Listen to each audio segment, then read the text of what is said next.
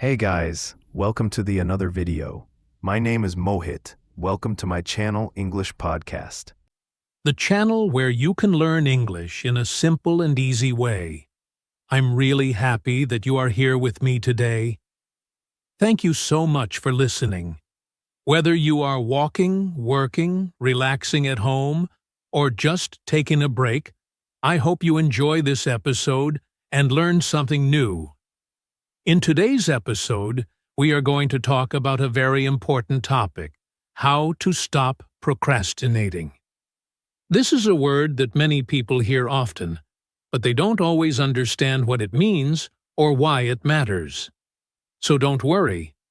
I will explain everything to you in a simple way, and I will speak slowly and clearly so you can understand and repeat after me. This podcast is not only about learning new ideas, it is also a great way to practice your English listening and speaking skills. Now, let's talk about why this topic is so important. Procrastination means delaying or putting things off. It means we do not do something now. We wait. We waste time. Or we do something else instead. We all do this sometimes. Maybe you want to study, but you watch YouTube instead. Maybe you want to clean your room, but you scroll on your phone. Maybe you want to start exercising, but you say, "I'll do it tomorrow." This is procrastination. And when we do it too much, it can make our life more stressful. We feel tired, worried, and sometimes even guilty because we don't finish our tasks on time. That's why learning how to stop procrastinating can help us become more focused, more organized, and more confident. If you are learning English and also trying to improve your life, then this topic is perfect for you. As you listen, I want you to pay close attention to the words and sentences I use. Try to repeat them out loud if you can. This is a great way to improve your speaking. If you don't understand something the first time, don't worry. You can pause, go back, and listen again. That's the great thing about podcasts. You can learn at your own speed. So in this episode, I will explain what procrastination is, why we do it, and how we can stop it. I will share simple tips that really work, and I will also tell you a short story to make everything clear and interesting. My goal is to help you learn something useful and also give you good practice for your English skills. Now, are you ready to begin? Let's take the first step to stop procrastinating and build a better, stronger you. One word, one sentence, and one habit at a time. Let's get started. What is procrastination? Let's begin by understanding what procrastination really means. The word procrastination might sound long and difficult, but its meaning is actually very simple. Procrastination means waiting to do something important. It means you know you need to do something, but you keep saying, "I will do it later." Instead of doing the task now, you do something else that is easier or more fun. In simple words, procrastination means delaying your work or avoiding a task that you should do now. Procrastination is more than just being lazy. Many people think that if someone is not doing their work or not starting something important, they are lazy. But this is not always true. In fact, many people who procrastinate are smart, hardworking, and full of ideas. But something stops them. That something is often inside their mind. It's not about being lazy. It's about feeling stuck. Let me give you a few examples. Imagine you have homework to do, but instead of starting it, you say, "I'm tired. I will do it after 1 hour." Then after 1 hour, you still don't start. And you say, "Maybe I'll do it tonight." But in the end, you don't finish it at all. That is procrastination. Or maybe you want to clean your room, but you pick up your phone and start watching videos. You say, just one video, but then you watch 5. Your room stays messy and you feel bad. That is also procrastination. Another example, you want to exercise or go for a walk, but instead you sit on the sofa and watch TV. You tell yourself, I'll start tomorrow. But then tomorrow becomes the next day, and then the next week. That's what procrastination looks like in everyday life. We all procrastinate sometimes. It is very normal. Everyone does it. Students, workers, even teachers and parents. It's not because we are lazy or bad people. Usually, we procrastinate because a task feels hard, boring, or uncomfortable. Sometimes we are afraid we won't do it well, so we wait and wait. Other times, we just don't feel motivated. We say, I don't feel like doing this right now. Our brain chooses something easier, something that gives us quick pleasure, like checking our phone, watching videos, or chatting with friends. These activities feel good for a short time, but they don't help us finish our important goals. Procrastination can affect our daily life in many ways. When we delay tasks, we often feel more stressed later. For example, if you don't study early, you feel pressure the night before your exam. If you don't start your project on time, you rush to finish it, and the quality is not good. This makes you feel tired and unhappy. Also, when we procrastinate often, we start to lose confidence in ourselves. We may say, I can't finish anything, or I'm always late. This can affect our self-esteem and mental health. Over time, procrastination becomes a habit, and habits are hard to break. But here is the good news. You can change this. You can learn how to stop procrastinating and start doing things step by step. It doesn't have to be difficult. You don't need to be perfect. You just need to understand what procrastination is and why it happens. Once you know the reason, you can learn the tools to fight it and build better habits. So now you know, procrastination is not just about being lazy. It is something many people struggle with, and it has real effects on our time, our goals, and our confidence. But with small changes, we can stop it and feel better about ourselves. Remember, procrastination does not mean you are a bad person. It does not mean you are lazy. It means you are human. We all feel this way sometimes. But the good news is, you can change. You can train your mind. You can build habits. You can take control again. And when you do, you will feel proud. You will feel free. You will see your goals getting closer. You will finish your work, reach your dreams, and feel good about yourself again. That's the power of understanding procrastination deeply. In the next part of the podcast, we will talk about why we procrastinate. What is happening in our minds when we delay a task? And why does it feel so hard to start?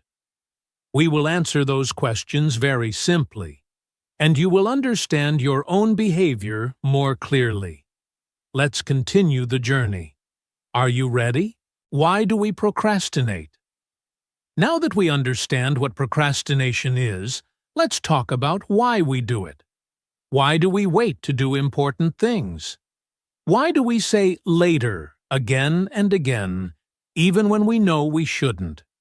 These are good questions, and the answers are very important. When we understand why we procrastinate, we can start to change it. One common reason is the fear of failure. Many people don't start a task because they are afraid they will not do it well. For example, imagine you have to write an essay in English. You sit down, you look at the paper, and your mind starts saying, what if I make mistakes? What if my grammar is bad? What if the teacher doesn't like it? These thoughts make you feel nervous. So instead of starting the essay, You close the book and say, "I will do it tomorrow." You are not lazy. You are scared. You are afraid of doing a bad job, so you don't do anything at all. This is fear of failure, and it is a big reason many people procrastinate. Another reason is boredom. Sometimes the task just feels boring. It doesn't excite you. Maybe you need to read a long article for class or clean your room. It's not difficult, but it's not fun either. So your brain says, let's check our phone instead. Let's watch a video. Let's do something that feels better. In these moments, your brain chooses pleasure now and ignores the work. This is called instant gratification, which means we want to feel good now, not later. That's why boring tasks often stay undone. Lack of motivation is also a common reason. Motivation means the desire or energy to do something. Sometimes we know what we need to do, but we just don't feel like doing it. For example, maybe you plan to go for a run in the morning, but when the alarm rings, you feel tired. You don't feel excited or ready. You say, "I don't have the energy today," and you go back to sleep. This is not because you are lazy. It's because your motivation is low. And when motivation is low, procrastination is high. Perfectionism is another hidden reason. Perfectionism means you want everything to be perfect. You don't want to make any mistakes. You want your work to be the best. This sounds good, but it can cause problems. For example, imagine you want to make a video to practice English. You think, my pronunciation must be perfect. My grammar must be perfect. Because of this, you never start. You wait and wait, trying to make everything perfect. But in the end, you do nothing. Perfectionism stops progress. Another real-life reason is poor time management. This means you don't plan your time well. You may have free time, but you use it on things that are not important. You say, "I still have time," again and again, until it's too late. Maybe you forget about deadlines. Maybe you don't break big tasks into small ones. As a result, you feel lost, and you keep delaying. Without a good plan, it's easy to procrastinate. Sometimes, people procrastinate because they are tired or overwhelmed.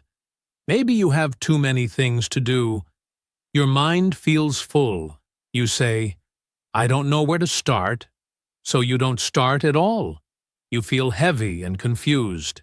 This happens to students, workers, and parents too. When we are mentally tired, procrastination becomes stronger. So, to sum up, we procrastinate for many reasons. We may be afraid to fail, we may feel bored, we may lack motivation, or we may want everything to be perfect.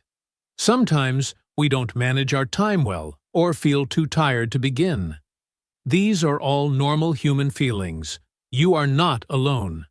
But the good news is, once we see the problem clearly, we can begin to fix it. In the next part of this podcast, I will show you how to stop procrastinating with simple tips and ideas you can use in your daily life. These tips are easy to follow and perfect for English learners like you. So, take a deep breath. You are learning, you are growing, and you are not alone on this journey. Let's move forward, together. How does procrastination affect us? Now let's talk about how procrastination affects us in real life. At first, it may not seem like a big problem. We think, "I'll do it later," or "I still have time." But over time, procrastination can create many problems in different parts of our lives. It can hurt our school life, our work, and even our personal dreams. Let's look at how this happens. First, procrastination can make school more stressful. Many students wait until the last minute to study for exams or finish homework. They don't start early. They think, I'll start tomorrow. But tomorrow becomes next week. Then suddenly, the deadline is very close, and they feel panic. They try to do everything quickly, but the work is not good. They don't have time to review or correct mistakes. This often leads to low grades and poor performance. Also, when students procrastinate a lot, they don't learn deeply. They just try to finish things fast. This makes it harder to remember what they studied, and it affects their long-term learning. At work, procrastination can be just as harmful. When we delay important tasks at our job, our work piles up. We miss deadlines or rush through things. This can make our boss or team unhappy. They may think we are not responsible. If we keep procrastinating, it can hurt our professional image. We might miss chances to grow, get a raise, or move to a better position. Also, when we don't manage our time well, we feel more pressure at work. We stay late or take work home. This leads to stress and tiredness, which is not healthy. Procrastination also affects our personal goals and dreams. Many people want to do big things in life. Some want to start a business, write a book, learn a language, or get in shape. But they keep saying, "I'll start next month," or "I'll do it when I have more time." Time passes, and they never begin. The dream stays a dream. This can lead to regret later. People look back and say, "I wish I had started earlier." Procrastination can stop you from living the life you want. It blocks progress and personal growth. There is also an emotional effect. When we procrastinate often, we feel guilt and stress. We know we should do something, but we keep avoiding it. This creates a heavy feeling in the mind. It's like carrying a bag full of unfinished tasks. The longer we wait, the heavier it feels. This can also hurt our self-confidence. We start to believe that we are lazy or not good enough. We say to ourselves, "I can't finish anything," or "I always fail." These thoughts are not true, but procrastination can make us feel this way. In the long run, procrastination can even affect our mental and physical health. Too much stress and anxiety from unfinished work can lead to poor sleep, low energy, and sadness. We feel tired all the time, not because of too much work, but because of too much waiting and worrying. So, as you can see, procrastination is more than just a small delay. It can slowly damage many parts of our lives. It affects how we learn, how we work, how we grow, and how we feel. But don't worry. You are not stuck. You can change this. In the next part of our podcast, I'll share simple and useful tips to help you stop procrastinating and take control of your time and your future. Are you ready to take the first step? Let's move forward together. How to stop procrastinating. Now, let's get to the most important part of today's podcast. How can we stop procrastinating? We know what procrastination is. We know how it affects us. But now we need real solutions. Simple and easy things we can do every day to change our habits. So in this part, I'll share 5 very useful tips. These are not difficult. In fact, they are small steps, but they can make a big difference. Let's go through them one by one in a natural way, like a conversation. The first tip is to make a small plan. When we think about a big task, we often feel scared or tired. For example, if someone tells you to learn English, it feels huge. Where do you start? What should you study? How many hours? It feels like too much, so your brain says, "Let's do it later." But if you make a small plan, it feels easier. A small plan means breaking the big task into smaller steps. Instead of saying, "I will study English today," say, "I will learn 5 new words in the next 10 minutes." That's a small goal. It's clear and simple. Your brain can say, "Yes, I can do that." When you complete one small step, you feel happy. Then you do the next one. This builds momentum and keeps you going. The second tip is to start with just 5 minutes. Yes, only 5. Many times we wait to feel ready before we begin. But the truth is, action creates motivation. If you start a task, even for just 5 minutes, your brain gets involved. You stop thinking and start doing.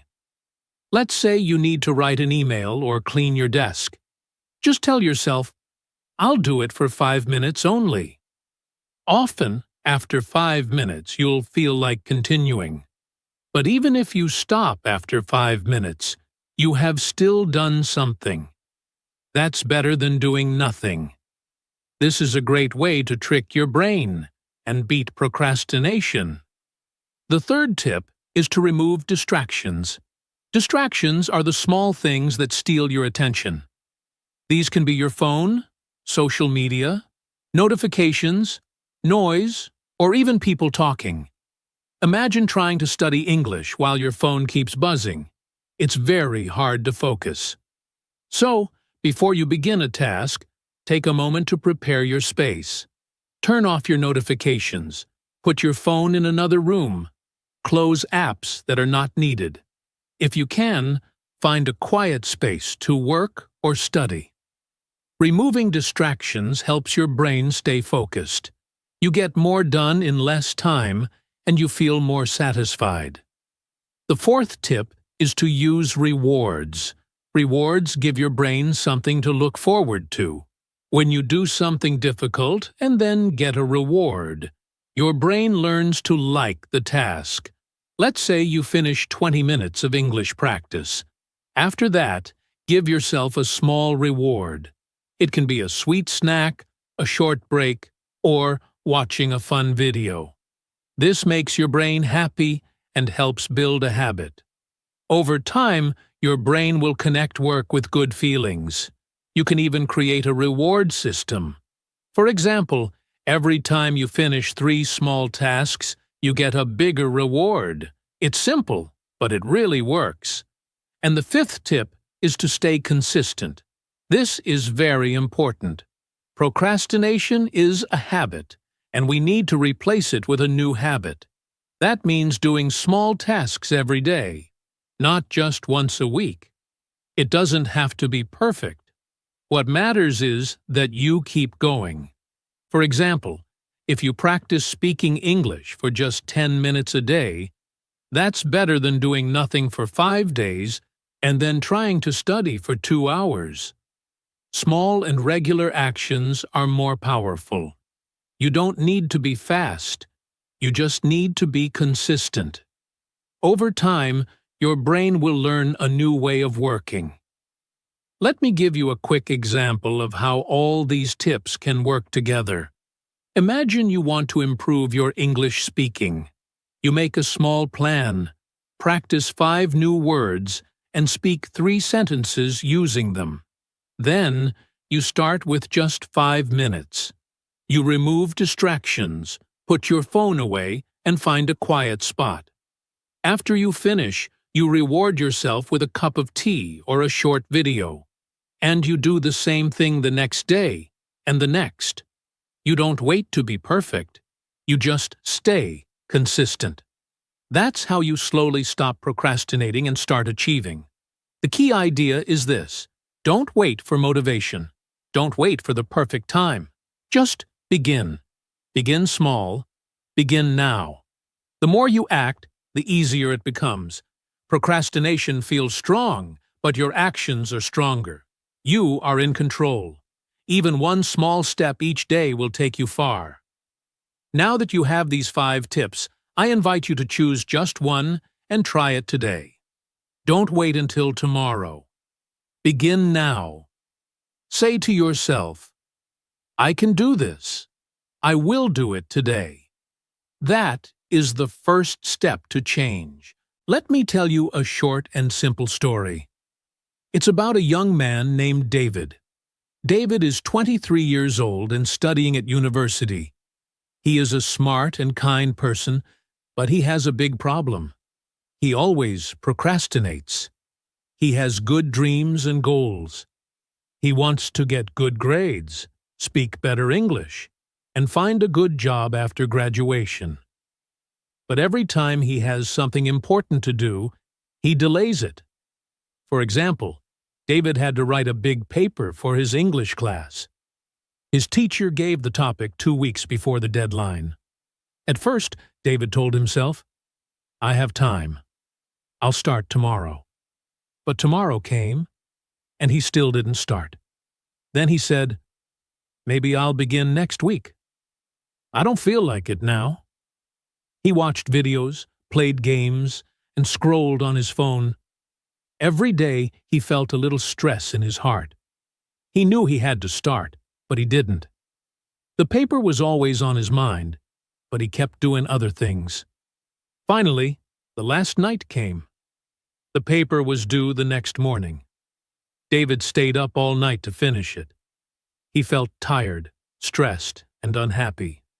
The next day, he gave the paper to the teacher, but it wasn't his best work. He got a low grade. That day, David felt very disappointed. He knew he could have done better if he had started earlier. After that, David decided something had to change. He didn't want to live like this anymore. He asked himself, "Why do I always wait? Why do I feel afraid to begin?" He watched videos about procrastination, read some articles, and started learning small techniques. He learned about making a small plan. So, the next time he had a task, he broke it into little steps. For his next English assignment, instead of thinking, "I need to write a full paper," he just wrote the title and the first paragraph on the first day. He also started using the 5-minute rule. Every time he didn't feel like starting, he said, "I'll do it for just 5 minutes." Most of the time, after 5 minutes, he kept going. He turned off his phone when studying and gave himself a reward when he finished a task. Slowly, David saw a change. He felt more in control. He felt proud. His grades got better. He even had more free time because he finished his work earlier. His stress became less, and he was happier. David still sometimes procrastinates. He's human, after all. But now, he knows how to deal with it. He understands his mind better, and he has tools to help him take action. He learned that even a small step is powerful. Today, David tells his friends, "Don't wait to feel ready. Just start small." That's the best way to beat procrastination. Maybe you see yourself in David. Maybe you also wait too long and then feel bad. But remember, change is possible. Like David, you can learn to take small steps. You can stop procrastinating and take back your time, your goals, and your energy. You don't have to be perfect. You just have to begin. Daily practice for change. Now that we've talked about what procrastination is and how it affects our life, let's talk about daily practice. Yes, real change happens slowly, one day at a time. You don't need to do something big. You just need to do something small, and do it every day. If you can take a few small steps daily, you will begin to feel stronger, more focused, and more confident. So here are 3 easy steps you can try every day. They are simple but powerful. And if you also speak them out loud in English, it will help you improve both your actions and your English. The first daily step is this. Write down just one important thing you want to do today. Not 5 things. Not a big list. Just one important task. For example, you can write, "Today I will study English for 15 minutes." Or, "Today I will finish my homework." Keep it short and clear. Then say it out loud. You can say, "Today, my goal is to study English for 15 minutes." This helps your brain understand that this is your focus. When you speak it, it feels more real. It becomes a promise to yourself. You can say it slowly and clearly to practice your speaking too. This daily habit helps your mind to become more clear and organized. The second daily step is start your task for just 5 minutes. That's all. Only 5 minutes. If you want to write something, open your notebook and just write a few words. If you want to clean your room, just start with one small area. If you want to study English, listen to a short podcast or repeat a few sentences. Many times, the hardest part is just starting. But when you begin, your mind wakes up and wants to continue. You can also say, "I'm starting now. I'll do this for 5 minutes." Again, speak it out loud. Speaking helps you take action. It also gives you daily English practice. Even if you stop after 5 minutes, it's okay. You still won. You moved forward. The third daily step is give yourself a small reward. Yes, rewards are important. They give your brain a feeling of success and happiness. After you finish your small task, give yourself something nice. Maybe it's a few minutes of your favorite video, a little walk, or just saying, "Good job," to yourself. You can say out loud, "I did it. I'm proud of myself." This may sound simple, but it builds a strong habit. When you reward yourself, you feel good, and your brain starts to like finishing things. That feeling makes you want to do more tomorrow. These 3 daily steps may look small, but they create big change over time. Write one task, start for 5 minutes, and reward yourself. You don't have to be perfect. You just have to try every day. And when you do these steps, use English. Speak out loud. Repeat the sentences. Say your goal. Say, "I'm starting now." Say, "I finished it." This helps you grow in 2 ways. You stop procrastinating, and you improve your English.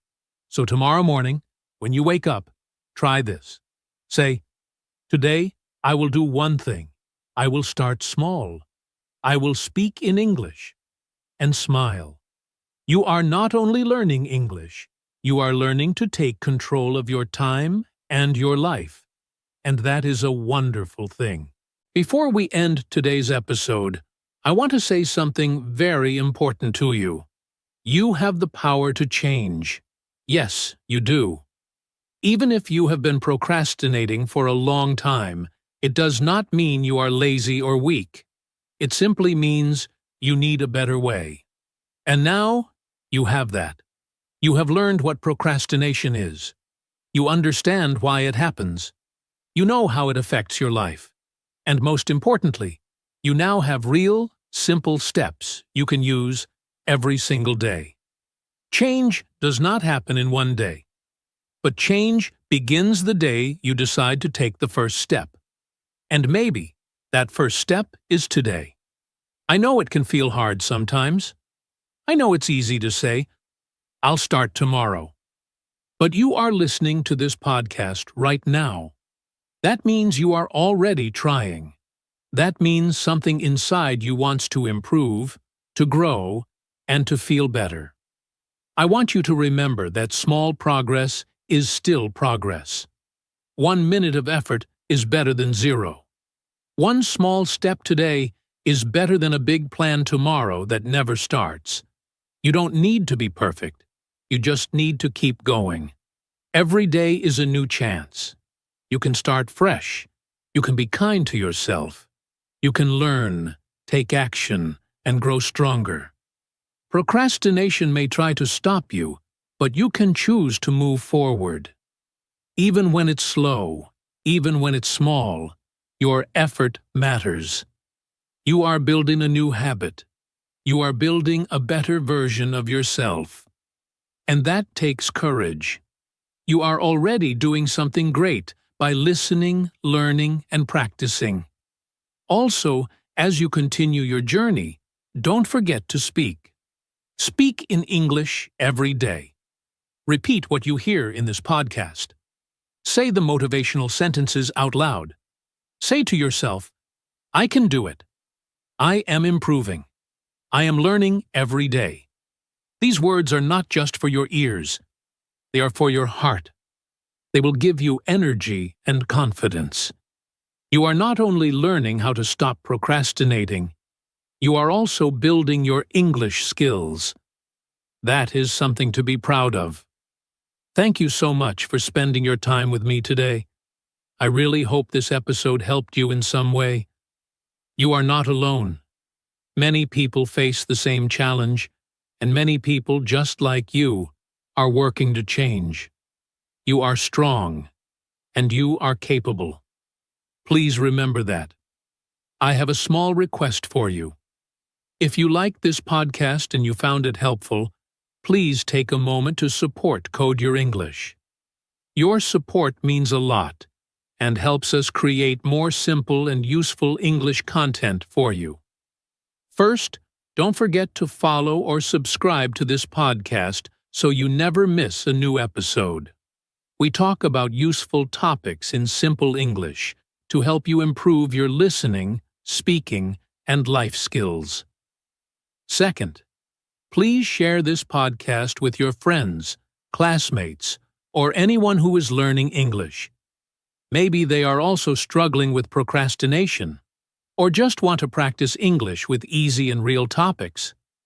Third, if you are listening on YouTube or a podcast app, leave a comment or review. Tell us what you liked or what topic you want next. Your feedback helps us grow and gives us new ideas. And one more thing, you can listen again to this episode and repeat the sentences out loud. This is a great way to practice speaking and listening every day. You can even pause, speak, and repeat until you feel more confident. Thank you again for listening to Code Your English. We are here to help you grow step by step with your English and your personal skills. Keep learning, keep smiling, and I will talk to you again in the next episode. Until next time, keep learning, keep trying, and keep speaking. You've got this. Thank you, and take care.